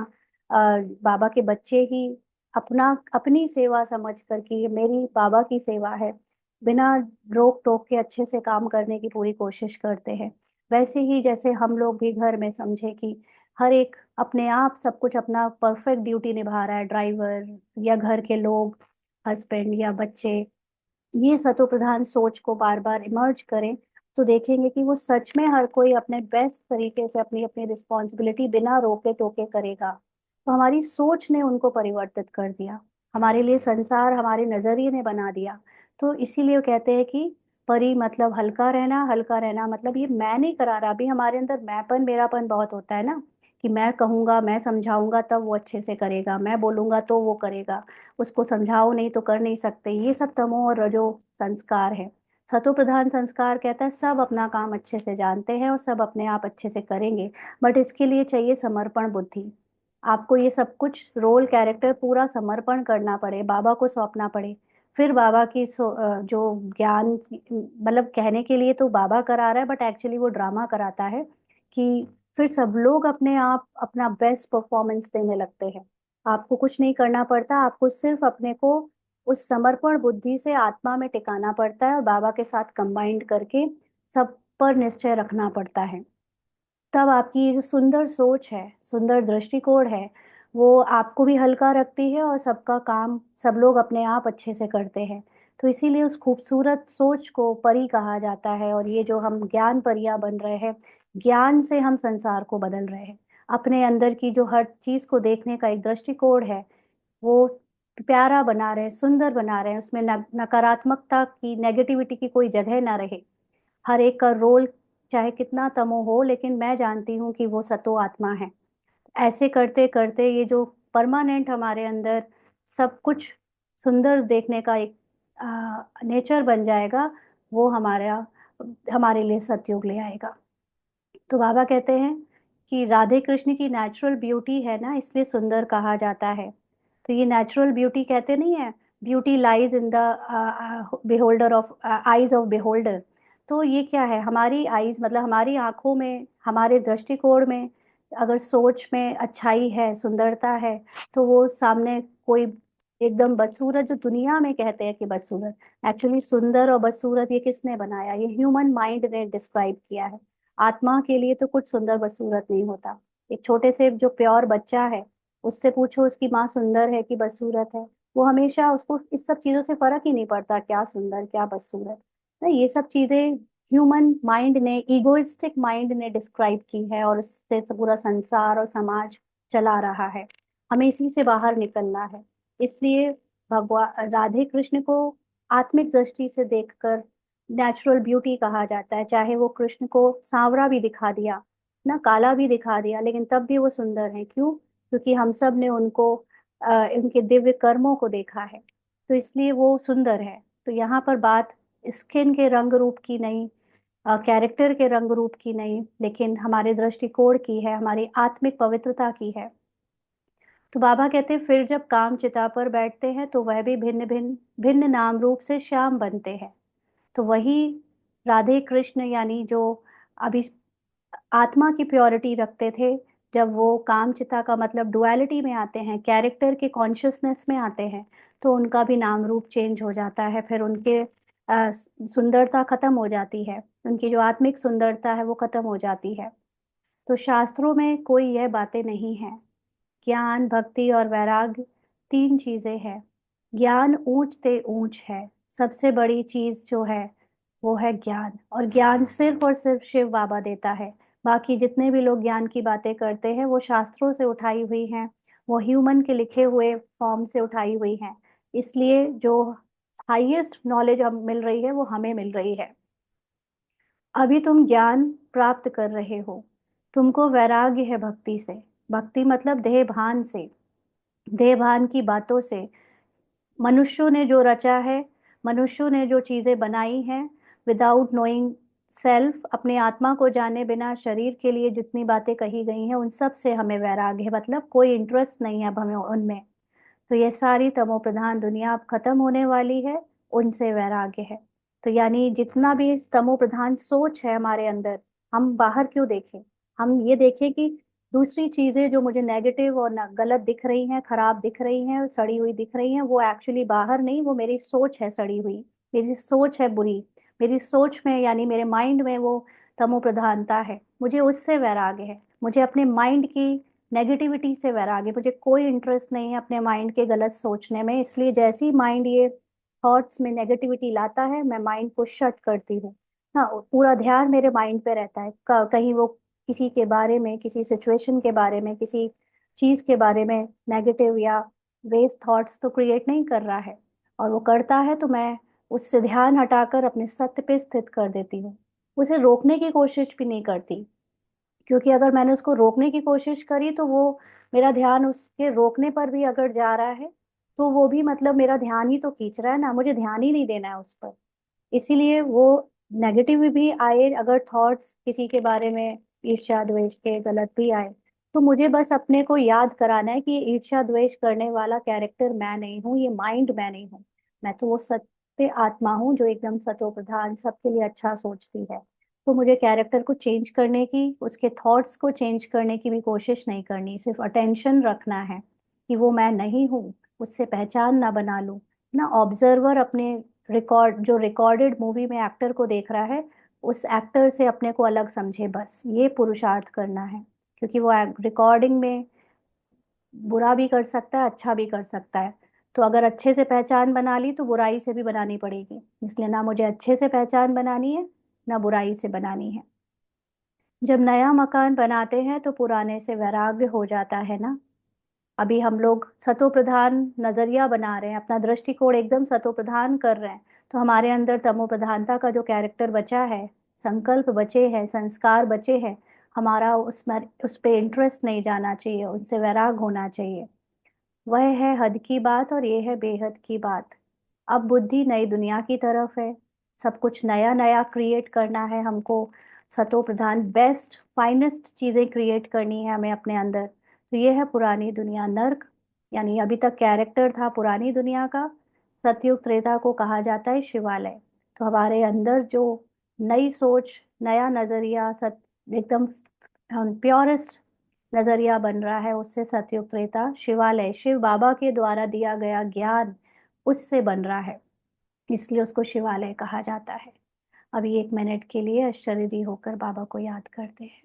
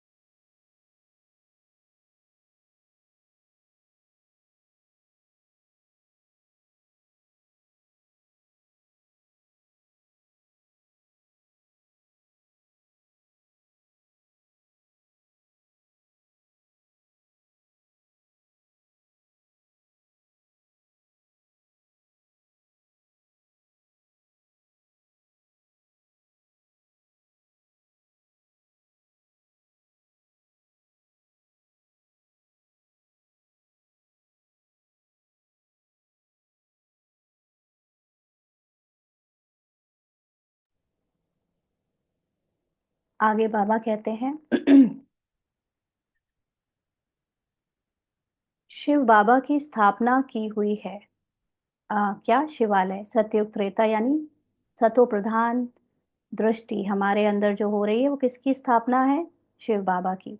तो अभी इस वैश्यालय से तुमको नफरत आती है, यानी जो कैरेक्टर की सोच है ना, उससे हमें नफरत आती है। जैसे अभी अपने एग्जाम्पल में बताए कि जैसे कल कुछ रिलेटिव रिलेटिव के साथ कुछ थोड़ी सी बात हुई, तो उसमें उन्होंने जो कहा, तो तुरंत इस माइंड ने उनके लिए एक नेगेटिव इम्पैक्ट डाला। मतलब उनका इम्पैक्ट माइंड पर नेगेटिव पड़ा। तो उस वक्त तो ये लगा कि वो लोग ऐसे बोलते हैं, ऐसे करते हैं, है ना। लेकिन जब अपने को याद दिलाया, अरे ये तुम्हारा माइंड क्रिएट करता है। उन्होंने तो सिर्फ जो है सो है, मतलब वो तो एक्टिंग स्क्रिप्ट के अनुसार अपना एक्ट किया, पार्ट बजाया। उसको बुरा तुम्हारे माइंड ने क्रिएट किया। उसको फीलिंग में तुम्हारे माइंड ने लाया कि वो बुरा लगा। तो ये तुम इसको इसको तुरंत ठीक करना है। है ना। इसीलिए मेरे अंदर जो माइंड जो बार बार नेगेटिव फील करता है, या डाउन फील करता है, या मूड ऑफ फील करता है, ये है वैश्यालय का पार्ट, ये है कलयुग का पार्ट। इसलिए मुझे इससे नफरत आती, मुझे अपने अंदर किसी के बारे में गलत सोचने से नफरत आती है। मुझे अपने इस माइंड में किसी वजह से मूड ऑफ जो होता है उससे नफरत आती है। लेकिन फिर भी मैं उसको बदलने की कोशिश नहीं करती, क्योंकि कैरेक्टर का मूड ऑफ होना, कैरेक्टर का को बुरा लगना, उसके माइंड को पर इम्पैक्ट पड़ना, ये ड्रामा अकॉर्डिंग हो रहा है, मुझे उससे फर्क नहीं पड़ना चाहिए। मुझे तुरंत उसको वहीं फुल स्टॉप कर लेना चाहिए। कल बाबा ने कहा ना, होली सो होली, तुरंत उसको वहीं फुल स्टॉप करो, हो गया सो हो गया, बुरा लग गया तो लग गया, लेकिन अब मुझे उनके लिए कोई सोच खराब नहीं रखनी है। माना मुझे सतो प्रधान सोच रखनी है, सब बहुत अच्छे हैं, सब अपनी बेस्ट एक्टिंग कर रहे हैं। ना मुझे किसी की कोई कहानी में इंटरेस्ट है, ना मुझे किसी के कोई रिएक्शन और रिस्पॉन्स में इंटरेस्ट है। जो जैसा है बस है, that's it. This is the observer, जो सिर्फ देख रहा है जो कुछ जैसा है, कुछ अच्छा या बुरा जज नहीं कर रहा। तो बाबा कहते हैं वैश्यालय से तुमको नफरत आनी चाहिए, माना अपने अंदर की पुरानी सोच से। कईयों को नफरत नहीं आती है, कईयों को अपनी अंदर की भावनाएं जो खराब है या बुरी हैं, या दूसरों के बारे में गलत सोच है, उससे नफरत नहीं आती। They are very well with it कि हाँ तो है, वो है ही ऐसे, तो क्या करेंगे, सोचेंगे नहीं क्या, ऐसे सोचकर चलते रहते हैं, नफरत नहीं करते अपने अंदर की इस गलत सोच से। तो बाबा कहते हैं शादी बराबरी पर, सॉरी, शादी बर्बादी कर गटर में गिरना चाहते हैं ना। क्यों शादी क्यों करना चाहते हैं? क्योंकि देहभान में आकर देह की कुछ जरूरतें समझते हैं और उसको पूरी करना चाहते हैं। तो ये भी तो गिरना हुआ गटर में। मनुष्य तो सभी हैं, विषय वैतरणी नदी में गंध में पड़े हैं, एक दो को दुख देते हैं। गाया भी जाता है अमृत छोड़, विष काहे को खाए। जो कुछ कहते हैं उनको उसका अर्थ नहीं समझते हैं। तुम बच्चों में भी नंबर वार है। सेंसिबल टीचर देखते ही समझ लेगा कि इनकी बुद्धि कहाँ भटक रही है। क्लास में क्लास के बीच कोई उबासी लेते या झुटका खाते हैं तो समझा जाता है इनकी बुद्धि कहीं घर बार या धंधे की तरफ भटक रही है। उबासी थकावट की भी निशानी है ना। अगर पढ़ाई में इंटरेस्ट नहीं आ रहा, मन नहीं लग रहा, तो समझ आ जाता है कि इनको शरीर का भान खींच रहा है, उनकी शरीर की कैरेक्टर कहानी खींच रही है। इनको अपने सत्य में टिकने की कोई इंटरेस्ट नहीं है, कोई जिज्ञासा नहीं है। धंधे में मनुष्यों की कमाई होती रहती है तो रात को 1-2 बजे तक भी बैठे रहते हैं, कभी उबासी नहीं आती। यह तो बाप कितना खजाना देते हैं। उबासी देना घाटे की निशानी है। दिवाला इतने इंटरेस्टिंग ज्ञान लेने के बाद भी कई लोग कहते हैं मुरली सुनने के बाद हमें कुछ पॉइंट याद नहीं रहते, मुरली सुनने में कोई इंटरेस्ट नहीं आता, समझते हैं हम तो हो गए, बाबा के समान बन गए ना। इतनी इंटरेस्टिंग बातें सुनकर तो कान खड़े हो जाने चाहिए, एक सेकंड को भी मिस ना हो, ऐसा अंदर से होना चाहिए। तो मतलब अगर बोरिंग लग रहा है, वही वही लग रहा है, मतलब घाटे की निशानी है, देहभान है। दिवाला मारने वाले गुटखा खाते बहुत उबासी देते हैं। तुमको तो खजाने के पिछाड़ी खजाना मिलता रहता है, तो कितना अटेंशन होना चाहिए। पढ़ाई समय कोई उबासी दे तो सेंसिबल टीचर समझ जाएगा कि इनका बुद्धि योग और तरफ भटकता रहता है। यहाँ बैठे घर बार याद आएगा, बच्चे याद आएंगे, है ना। फिर मुरली के पॉइंट मिस कर देंगे और फिर कहेंगे वो समझा दीजिए, कैसे क्या बताया था आपने। अपना ध्यान नहीं देंगे और फिर दूसरों से मेहनत मांगेंगे, है ना। इसलिए ये सब बहुत ध्यान रखने की बातें हैं कि पढ़ाई में बिल्कुल उबासी या हमारा इंटरेस्ट ना हटे उससे। तो बाबा कहते हैं यहाँ तो तुमको भट्टी में रहना होता है, तपना होता है, माना पूरा अटेंशन यही देना है, कुछ और याद ना आए, और कोई की याद ना आए। समझो कोई 6 दिन भट्टी में रहा, पिछाड़ी में किसकी याद आई, चिट्ठी लिखी तो फेल कहेंगे, फिर 7 रोज दोबारा शुरू करो। तो 7 रोज भट्टी में डालते हैं कि सब बीमारी निकल जाए, है ना। कोई कोई मेडिटेशन ऐसा बनाए कि 1 महीने आपको अकेले एक कमरे में रख देते हैं, वहाँ कुछ नहीं देते, सिर्फ अपने अंदर के विचारों से लड़ो, अपने अंदर की ऑब्जर्व करो क्या क्या चलता है। कोई ज्ञान नहीं देंगे, कोई मीडिया नहीं देंगे, आपको सिर्फ और सिर्फ अपने अंदर देखना है कि कैसे क्या। वो भी कर लेना चाहिए ना, क्योंकि वो मेजॉरिटी ब्राह्मण्स को भी आदत थोड़ी होती है अपने अंदर अटेंशन रखने की, ये अटेंशन होता क्या है ये भी नहीं आदत पता है। ऑब्जर्व रख करने की, अगर पता चल जाए तो बहुत जल्दी जल्दी पुरुषार्थ करके आगे बढ़ जाए। लेकिन बस ये बाहर से ज्ञान रट लिया, मुरली के पॉइंट सुना दिए, 2-3 घंटा योग में बैठ लिए, तो समझते हैं ये हो गया हमारा जो ब्राह्मण जीवन का पार्ट है वो। लेकिन असली बात तो तब शुरू होती है ब्राह्मण की, वो तो बीके पार्ट है ना। ये जो पूरा हम जो ऊपर से जितनी चीजें कर रहे हैं वो बीके पार्ट है, बीके से ऊंचा है ब्राह्मण पार्ट। ब्राह्मण का मतलब होता है जो ज्ञानी तू आत्मा, अपने को आत्मा समझ, बार बार ये कैरेक्टर से निकलने का, ज्ञान युक्त होकर चलने का पुरुषार्थ करे। वो बहुत कम लोग कर पाते हैं। तो इसलिए बाबा कहते हैं कि 7 रोज भट्टी में डालते हैं कि सब बीमारी निकल जाए। मतलब 7 दिन का कोर्स इसलिए कराया जाता है कि तुम्हें क्लियर हो जाए कि तुम शरीर नहीं, कैरेक्टर नहीं, पद पोजीशन नहीं, तुम आत्मा हो। तब जाकर तुम्हें मुरली के लिए शुरुआत होती है। तो तुम आधा कल्प के महान रोगी हो। हमने 2500 वर्ष से खुद को शरीर समझा है, तो वो शरीर समझना ही बीमारी है, रोग है। बैठे बैठे अकाले मृत्यु हो जाती है। खुद को शरीर कहते हैं, तो फिर खुद को जब वो शरीर छूटता है, कैरेक्टर रोल खत्म होता है, तो कहते हैं मृत्यु हो गई, मतलब मैं मर गया। जबकि मैं नहीं मरा, आत्मा जो रोल को देख रही थी, एनर्जी दे रही थी, वो रोल खत्म हुआ, दैट्स इट। बट उसको मृत्यु और जन्म में फंसाया किसने? 2500 वर्ष से जो देहभान है उसने, झूठे ईगो ने। तो सतयुग में ऐसे कभी होता नहीं है। यहाँ तो कोई ना कोई बीमारी जरूर होती है, क्योंकि शरीर समझते हैं खुद को, तो ये माइंड फिर शरीर की बीमारियां भी क्रिएट करता है अलग अलग रूप में। क्योंकि वो इमोशनली जब हर्ट होता है, तो वो इमोशनल हर्ट उसके शरीर पे भी इम्पैक्ट डालता है, और वो माइंड फिर शरीर को भी बीमार करता है। तो मरने के समय बीमारी में चिल्लाते रहते हैं। स्वर्ग में जरा भी दुख नहीं होता। वहां तो समय पर समझते हैं, अभी टाइम पूरा हुआ है, माना मेरी एक्टिंग खत्म हो गई, एक मूवी में जितनी एक्टिंग करनी थी वो ओवर हो गई, अभी वो मूवी छोड़कर दूसरी मूवी मेरा प्रोजेक्ट वेट कर रहा है, उसमें करेंगे। तो वहां पर इसलिए टाइम पूरा हुआ, हम यह शरीर छोड़ बच्चे बनते हैं। बस ये है कि इस बेहद की मूवी में हम एक्टिंग में एक दोबारा से जब दूसरी मूवी में जाते हैं, तो बचपन से शुरुआत करते हैं, पूरा बच्चा बनकर फिर बड़े तक बनते हैं ना। तो इसलिए वहां पर किसी को ये नहीं रहता कि कोई मर गया और जन्म हुआ। वहां तो सिर्फ टाइम पूरा हुआ और दोबारा दूसरा बच्चा बन गए, ऐसे एक्ट बदलते हैं। यहाँ भी तुमको साक्षात्कार होंगे कि यह बनते हैं।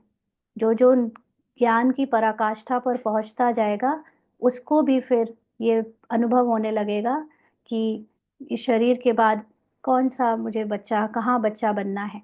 ऐसे बहुतों को साक्षात्कार होते हैं। ज्ञान से भी जानते हैं कि हम बैगर टू प्रिंस बन रहे हैं। हमारी एम ऑब्जेक्ट ही यह राधे कृष्ण बनने की है। तो यहाँ पर जो देह भान में है उसको लगेगा राधे कृष्ण मतलब सिर्फ ब्रह्मा बाबा और मम्मा। लेकिन जो सोल कॉन्शियस है, वो ये जानता है कि हर एक जो सतयुग में अच्छे पुरुषार्थी, या वैसे तो सभी राधे कृष्ण के समान बनेंगे, क्योंकि राधे कृष्ण का सूक्ष्म में मतलब है जिसके अंदर कृष्ण की तरह 16 कला संपूर्णता हो, कृष्ण की तरह जिसके अंदर दिव्यता हो, कृष्ण की तरह जिसमें कशिश हो। तो जो भी सोल कॉन्शियस होते हैं, कशिश का मतलब मैग्नेटिज्म, मैग्नेटिक पावर, खींचने की पावर। तो सतयुग के सभी आत्माभिमानी कैरेक्टर्स में खींचने की पावर होती है, नंबरवार होती है, बट होती है ना। इसीलिए हर कोई राधे कृष्ण बनेगा जो उस दुनिया में जाएगा। तो ये ऑब्जेक्ट हमारी बनने की है, लक्ष्मी नारायण नहीं। ये बाबा साफ साफ कह रहे हैं।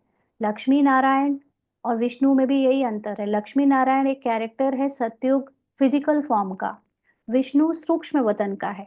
विष्णु का मतलब जब हम एकदम निश्चिंत हो जाते हैं, आत्माभिमानी हो जाते हैं, हमारे अंदर ही स्त्री और हमारे अंदर ही पुरुष दोनों का पार्ट मर्ज हो रहता है। हम जानते हैं कि ना हम स्त्री हैं ना हम पुरुष हैं। कईयों ने इसको कह दिया हम न्यूट्रल जेंडर के होते हैं। नहीं, ये चीज नहीं होती ना। सतयुग में हर चीज परफेक्शन से होती है, न्यूट्रल जेंडर इज इम्परफेक्शन। तो इम्परफेक्शन वाली चीज सतयुग में नहीं हो सकती। ये अभी का हमारा पार्ट है कि हमारे सूक्ष्म में, आत्मा में स्त्री और पुरुष दोनों का भान है, दोनों का नॉलेज है। इसलिए वो निश्चिंत विष्णु बन जाते हैं, हमें ना स्त्री का कोई आकर्षण ना पुरुष का कोई आकर्षण, तो क्योंकि आत्मा में स्थित है। तो वहां पर बाबा कहते हैं अभी यहाँ आपका एम ऑब्जेक्ट लक्ष्मी नारायण ही राधे कृष्ण, क्योंकि पूरे 5,000 वर्ष तो इनके ही कहेंगे। राधे कृष्ण ही शुरुआत से पूरे तक हुए। लक्ष्मी नारायण ने कुछ समय इस संगम का बीच में ब्रेक हुआ ना अभी, जैसे देखा जाए तो ब्रह्मा बाबा का पार्ट अभी सूक्ष्म में चल रहा है, ऐसा कहते हैं हम, जो कि बाप समान पार्ट है, लेकिन फिजिकल फॉर्म में तो नहीं है। तो फिजिकल फॉर्म में राधे कृष्ण का पार्ट मतलब सूक्ष्म पार्ट है राधे कृष्ण, ये पूरा 5,000 वर्ष तक चलता है उनके सावरे होने का और उनके गोरे होने का। तो लक्ष्मी नारायण के तो फिर भी 20-25 वर्ष कम हो जाते हैं। फिजिकल फॉर्म में लक्ष्मी नारायण कहेंगे कि हाँ, जब कृष्ण बड़ा हुआ, 25 साल का हुआ, तब उनकी शादी हुई और वो फिर लक्ष्मी नारायण बने। बट इसको सूक्ष्म रूप में देखें तो जब हमारी अंदर ब्राह्मण में स्टेज कृष्ण की हो जाती है, जिसमें हम बहुत निश्चिंत होकर पुरुषार्थ करते हैं, एकदम बांसुरी बजाते हुए, मुरली बजाते हुए और नाग के ऊपर डांस करते हुए, क्योंकि जब ज्ञान यथार्थ समझ में आता है उसके बाद ही हम विकारों पर जीत पाने वाला पुरुषार्थ कर पाते हैं। उसके पहले तो हम लड़ते ही रहते हैं अपने कर्मेंद्रियों से, विकारों से, ये पुरुषार्थ करें कि वो करें, ज्ञान ही नहीं क्लियर होता है। तो असलियत में जब कृष्ण बनते हैं माना ज्ञान क्लियर हुआ, फिर हम निश्चिंतता से पुरुषार्थ कर पाते हैं जीवन मुक्ति का। तब जाकर वो फिर लक्ष्मी नारायण, उसके बाद पार्ट शुरू होगा फिजिकल फॉर्म में। बाकी कृष्ण को सूक्ष्म में समझें पहले अपने लिए। तो क्योंकि कृष्ण का पूरा साइकिल है, इसलिए श्री कृष्ण की महिमा जास्ती है। यह भी किसी को पता नहीं है कि राधे कृष्ण ही फिर से लक्ष्मी नारायण बनते हैं ना। सूक्ष्म में हम लोग जानते हैं इस बात को। फिजिकल फॉर्म में भी बाबा ने हमको ये कहा कि भाई राधे कृष्ण बड़े होकर लक्ष्मी नारायण बनते हैं।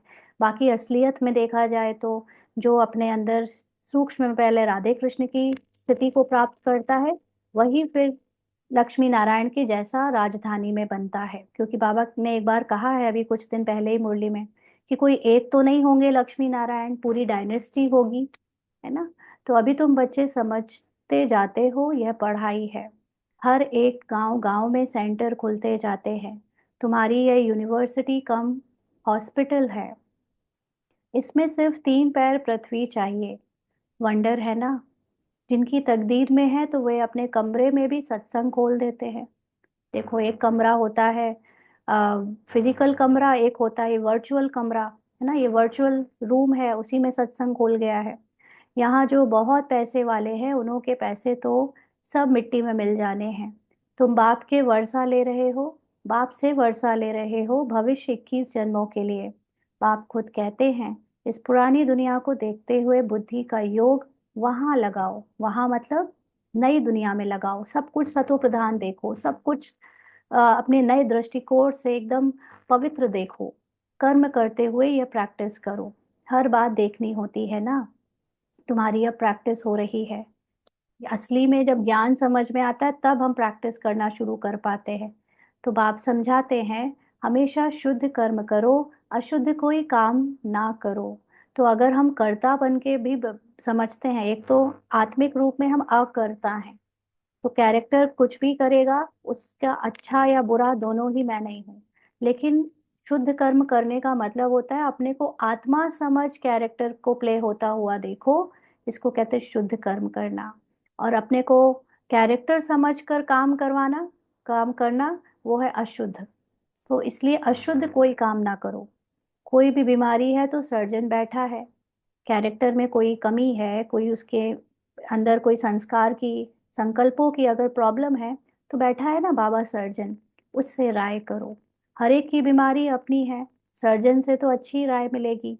कैरेक्टर में तो सबको गुण और विशेषताएं और बीमारी भी मिली है, कमियां भी मिली हैं, तो बाबा से पूछ सकते हो इस हालत में क्या करें। जैसे किसी को बांधेली होने की बीमारी मिली है, किसी को बुजुर्ग होने की बीमारी मिली है, किसी को नौकरी की बीमारी मिली है। नौकरी मतलब ये इनको एज अ बंधन समझकर हम अपने आत्मा में होने का पूरा पुरुषार्थ नहीं कर पाते, और संस्कारों में फिर हम सोच में सोचते हैं कि इस वजह से नहीं कर पा रहे। तो बाबा से पूछ सकते हैं कि इस हालत में क्या करें। अटेंशन रखना है कि कोई विकर्म ना हो जाए। बस ये अटेंशन रखना है कि वो कैरेक्टर, कि मैं अपने को बांधेली समझ लूं ये विकर्म है, मैं अपने को बुजुर्ग समझ लूं ये विकर्म है, मैं अपने को वो नौकरी वाला समझ लूं, ये विकर्म है, क्योंकि मैं वो कैरेक्टर नहीं हूँ। वो आत्मा रूप में मैं शरीर को बूढ़े रोल में प्ले कर रही हूँ। अभी मैं बांधेली रूप में प्ले कर रही हूँ, मैं बांधेला रूप में प्ले कर रही हूँ। ये एक अलग बात है, लेकिन उससे अपनी पहचान बनाना और फिर उसके कारण सोच को नेगेटिव कर लेना, छोटी कर लेना, ये विकर्म है। यह भी गायन है, जैसा अन्न वैसा मन। मांस खरीद करने वाले पर, बेचने वाले पर, खिलाने वाले पर भी पाप लगता है। क्यों? क्योंकि वो दोनों, वो सभी लोग उस देह में जुड़े हैं। वो सोचते हैं खाना जरूरी है, वो सोचता है बेचना जरूरी है, वो सोचता है कि उसको यहाँ से वहां पहुंचाना जरूरी है। तो उसके ऊपर पाप लगता है, मतलब उसका देहभान बढ़ जाता है।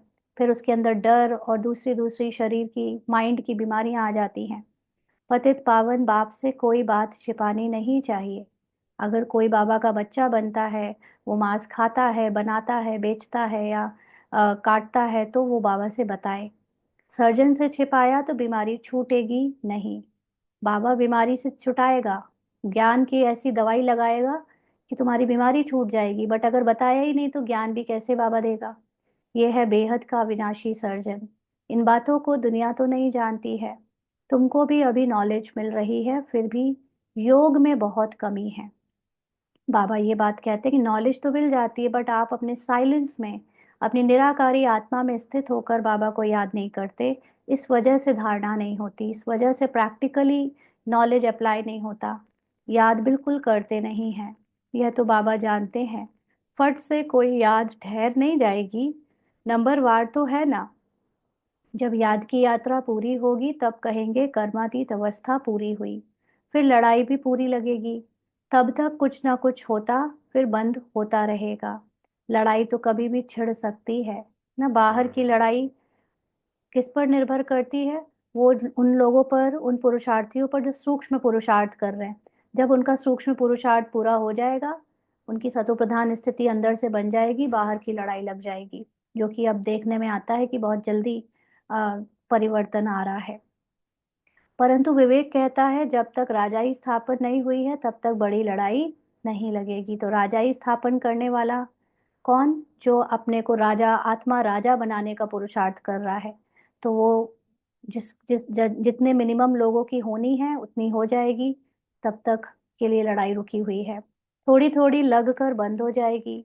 यह तो कोई नहीं जानते कि राजाई स्थापन हो रही है। जहाँ आत्मा राजा अंदर से अपनी सीट पर सेट हो रही है, वहीं बाहर भी उसका असर दिख रहा है फिजिकल दुनिया में। सतो प्रधान रजो तमो बुद्धि तो है ना। तुम्हारे में भी सतो प्रधान बुद्धि वाले अच्छी रीति याद करते रहेंगे। अंडरलाइन, ये सारा जो समझ है ज्ञान का, वो हमारी स्टेजेस के अकॉर्डिंग होता है। जिसकी सतो प्रधान बुद्धि हो गई है उसके लिए सतो प्रधान संकल्प क्रिएट करना बहुत नेचुरल हो जाएगा, मेहनत नहीं करनी पड़ेगी। जिसकी बुद्धि रजो तमो में है, अभी उनको लगेगा कि मैं साइलेंस में बस टिक जाऊं, उनके लिए साइलेंस की अवस्था मेन पुरुषार्थ रहेगा, है ना। इसलिए अलग अलग बुद्धि से अलग अलग पुरुषार्थ होता है। तो बाबा कहते हैं तुम्हारे में भी सतो प्रधान बुद्धि वाले अच्छी रीति याद करते रहेंगे। ब्राह्मण तो अभी लाखों की अंदाज में होंगे, परंतु उसमें भी सगे और लगे तो है ना। सगे अच्छी सर्विस करेंगे, माँ बाप की मत पर चलेंगे, माना सोल कॉन्शियस बनकर सेवा करेंगे। और लगे रावण की मत पर चलेंगे, माना ऊपर से सेवा तो सब करेंगे स्थूल मनसा वाचा, लेकिन वो अंदर से सोल कॉन्शियस नहीं होंगे। कैरेक्टर की, बीके होने की, ब्राह्मण होने की भी उनके अंदर ईगो और अहंकार होगा। उनके अंदर बॉडी कॉन्शियसनेस होगा, इसको कहते हैं रावण की मत। क्योंकि अपने को आत्मा ना समझ, कहेंगे कि हम आत्मा है, तुम आत्मा हो, आत्मा का ज्ञान भी देंगे। बट एक्चुअली अगर उनके अंदर किसी भी तरह का थोड़ा सा भी कैरेक्टर का, अपनी सेवाओं का, अपने पद पोजीशन का अहंकार है, ईगो है, अपने नेचर का, विशेषताओं का, मतलब ये रावण की मत है। तो कुछ रावण की मत पर, कुछ राम की मत पर लंगड़ाते चलेंगे। कोई कोई होगा जो दोनों में थोड़ा थोड़ा सा होगा। बच्चों ने गीत सुना, कहते हैं बाबा ऐसी जगह ले चलो जहाँ चैन हो। स्वर्ग में चैन ही चैन है, दुख का नाम नहीं। स्वर्ग कहा ही जाता है सतयुग को, अभी तो है कलयुग। यहाँ फिर स्वर्ग कहाँ से आया? तुम्हारी बुद्धि अभी स्वच्छ बनती जाती है। स्वच्छ बुद्धि वालों को मलेच्छ बुद्धि नमन करते हैं। इसीलिए ब्राह्मण फैमिली या देखें कि अभी आने वाले समय में भी जो यहाँ पर सतो प्रधान सोच वाला ब्राह्मण बनेगा, उसको पीछे जो रह गए हैं, जो ईगोइस्टिक बीकेज हैं, वो नमन करेंगे। वो यहाँ पर भी होगा। पवित्र रहने वालों को मान है, यानी जो न्यारा होता जा रहा है, एकदम डिटैच्ड होता जा रहा है, ऑब्जर्वर होता जा रहा है, उसको बाकी के लोग मान देंगे। सन्यासी पवित्र है तो गृहस्थी उन्हों को माथा टेकते हैं।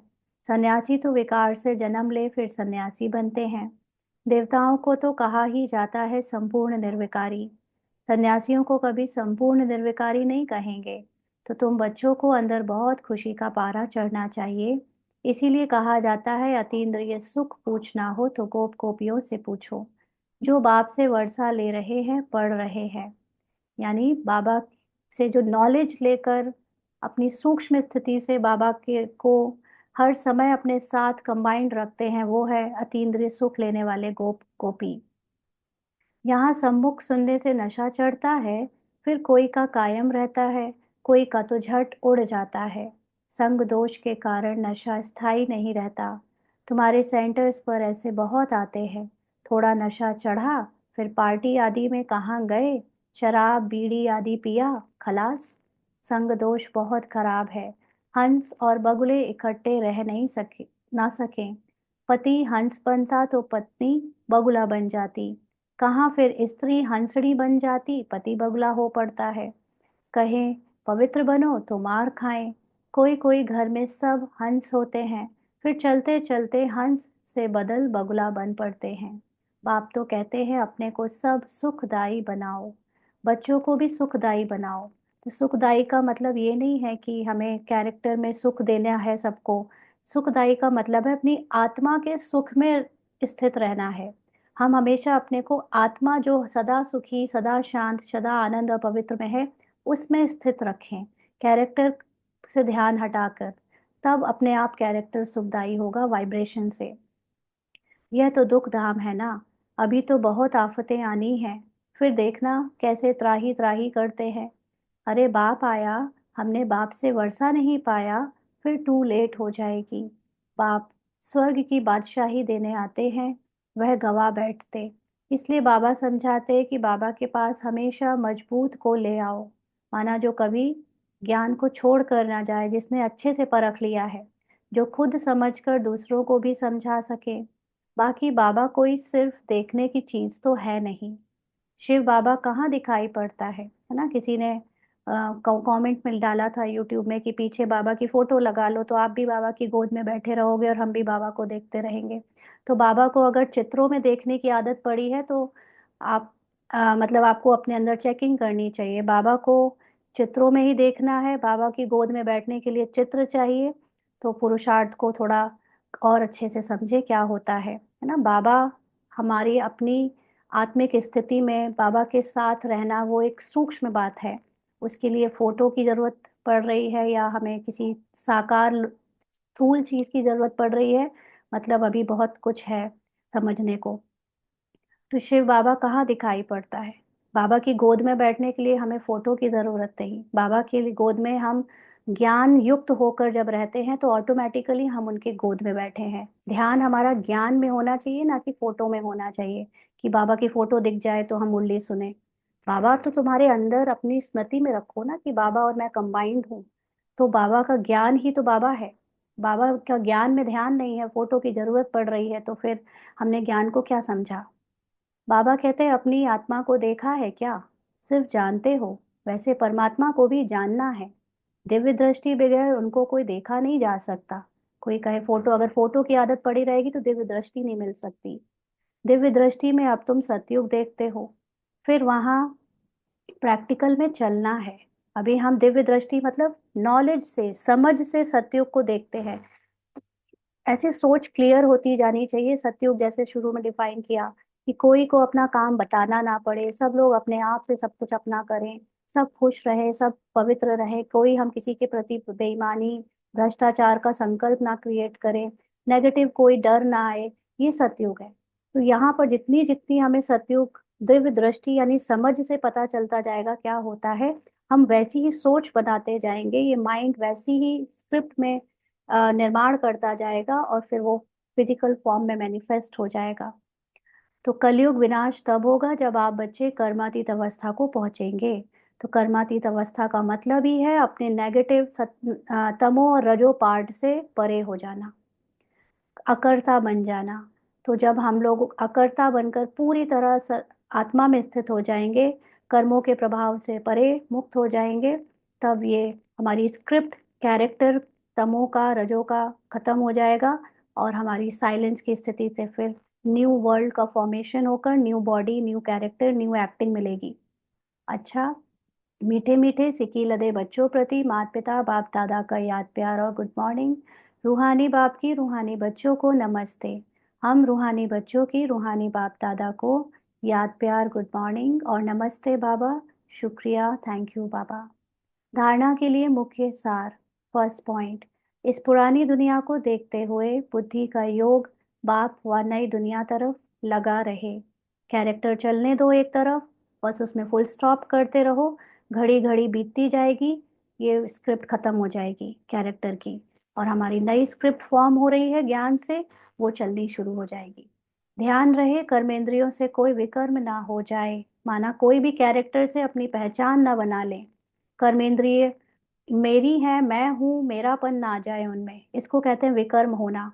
हमेशा शुद्ध कर्म करने हैं, यानी अपने को आत्मा समझ कैरेक्टर को प्ले होते हुए देखना है। अंदर कोई बीमारी है, माना कैरेक्टर की कमी कमजोरी से कोई पहचान है, तो सर्जन से राय लेनी है, माना बाबा से राय लेनी है, इसमें क्या करें, कैसे समझे। संग दोष बहुत खराब है, इससे अपनी बहुत बहुत संभाल करनी है।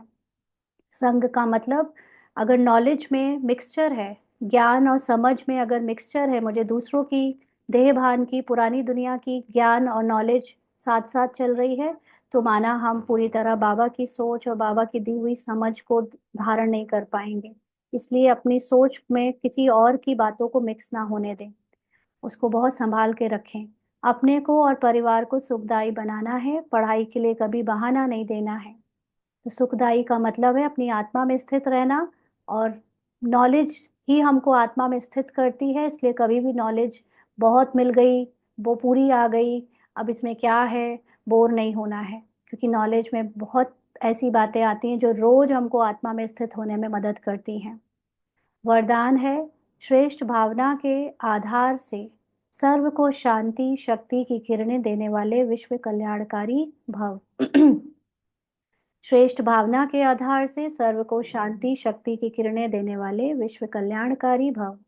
जैसे बाप के संकल्प व बोल में, नयनों में सदा ही कल्याण की भावना व कामना है, ऐसे आप बच्चों के संकल्प में विश्व कल्याण की भावना व कामना भरी हुई हो। कोई भी कार्य करते विश्व की सर्व आत्माएं इमर्ज हों। मास्टर ज्ञान सूर्य बन शुभ भावना और श्रेष्ठ कामना के आधार से शांति व शक्ति की किरणें देते रहो, तब कहेंगे विश्व कल्याणकारी। लेकिन इसके लिए सर्व बंधनों से मुक्त स्वतंत्र बनो। ये बहुत इंपॉर्टेंट है। हम अपने को विश्व कल्याणकारी मुंह से स्वमान से कहते हैं, लेकिन जब तक हमने अपने को सर्व बंधनों से मुक्त नहीं किया है, बंधन का मुक्त सिर्फ फिजिकल फॉर्म में नहीं कि घर गृहस्थी बाल बच्चों से मुक्त हो गए, सबसे बड़े बंधन है हमारे अंदर इस कैरेक्टर और रोल की आइडेंटिफिकेशन से बंधन, कि मैं ये रूपाली हूँ, रूपाली की सोच हूँ, रूपाली की संस्कार हूँ, ये बंधन मेरे लिए सबसे बड़ा बंधन है। तो मुझे जब पूरा कैरेक्टर से मेरा डिटैचमेंट होता है, उसके बंधन से मैं मुक्त और स्वतंत्र होती हूँ, तो वो निराकारी मूल आत्मा, संपूर्ण संपन्न आत्मा, वो ज्ञान सूर्य बनकर सभी को उनके सत्य में देखती है। 800 करोड़ से ज्यादा आत्माओं को उनके सत्य में देख रही है, उनके कर्मों से नहीं देख रही, स्क्रिप्ट और एक्टिंग से नहीं देख रही, घटनाओं से नहीं देख रही, और प्रकृति को उसकी गिरावट से नहीं देख रही, प्रकृति की उसकी ओरिजिनल फॉर्म में देख रही है। तो ऐसी आत्मा, उसको कहेंगे विश्व कल्याणकारी। स्लोगन है, मैंपन और मेरापन यही देह अभिमान का दरवाजा है, अब इस दरवाजे को बंद करो। ये कैरेक्टर में कोई भी चीज मुझे फीलिंग आ रही है, मुझे बुरा लग रहा है, मेरा सिर दर्द हो रहा है, ये मेरा और मैं सोच, ये कौन है? ये बाबा ने दिया, ये कैरेक्टर, ये कॉस्ट्यूम, ये मन, ये संकल्प, ये संस्कार, इसमें मैं और मेरापन कहाँ से आया? ये बाबा का है। इस दरवाजे को बंद करो, इसको मेरा बोलना बंद करो, मैंपन बंद करो, और तब जाकर मुझे आत्मा जो मैं हूँ, उसमें मैं अपने को स्थित कर पाऊंगी। आज के अव्यक्त इशारे हैं। सत्यता की परख है संकल्प बोल कर्म, संबंध संपर्क, सब में दिव्यता की अनुभूति होना। कोई कहते हैं मैं तो सदा सच बोलता हूँ, लेकिन बोल व कर्म में अगर दिव्यता नहीं है तो दूसरे को आपका सच सच नहीं लगेगा। इसलिए सत्यता की शक्ति से दिव्यता को धारण करो। कुछ भी सहन करना पड़े घबराओ नहीं, सत्य समय प्रमाण स्वयं सिद्ध होगा। तो मनुष्य के लिए सत्यता की डेफिनेशन होती है कैरेक्टर में सच्चा होना। कैरेक्टर में मैंने ये किया और मैंने ये नहीं किया, ये सही बोला या नहीं बोला, इसको सत्यता समझता है। लेकिन ज्ञानी तू आत्मा ब्राह्मण्स के लिए सत्यता का मतलब होता है सोल कॉन्शियस होकर संकल्प कर्म बोल संबंध संपर्क में आना, ये सब को न्यारे होकर देखना, ये इनमें मैं और मेरापन ना होना, इसको कहते हैं दिव्यता। तो जब मैं ऐसे होती हूँ, इस सत्यता में टिकी होती हूँ, तो मेरी दिव्यता औरों को भी दिखेगी, सिद्ध नहीं करना पड़ेगा। लेकिन अगर मैं कैरेक्टर की सच्चाई, कैरेक्टर की ईमानदारी को सच समझकर बताती हूँ और अपने को आत्मा ना समझ कैरेक्टर समझकर बताती हूँ, तो लोगों में हमारे अंदर दिव्यता नहीं दिखेगी। दिव्यता दिखती है अपने को आत्मा समझकर चलने में। तो इसलिए कैरेक्टर में कुछ भी सहन करना पड़े, दूसरों की बेईमानी, दूसरों का झूठ, दूसरों का विरोध, लेकिन अपने अंदर की आत्मा में स्थित रहो, माना सत्यता में स्थित रहो, घबराओ नहीं। तो सत्य तुम्हारा जो आत्मिक स्थिति है वो अपने आप प्रमाण करेगी तुम्हारे अंदर की जो सच्चाई है उसको। इसलिए कैरेक्टर में कुछ कभी दबना भी पड़ जाए झूठ, दूसरों के झूठ से, विरोध से या किसी भी चीज़ से, उसमें घबराना नहीं है, क्योंकि आत्मा की शक्ति ऑलवेज ब्राइटन, वो हमेशा शाइन करती है और वही सब कुछ सिद्ध कर देती है अपने आप। अच्छा, ओम शांति।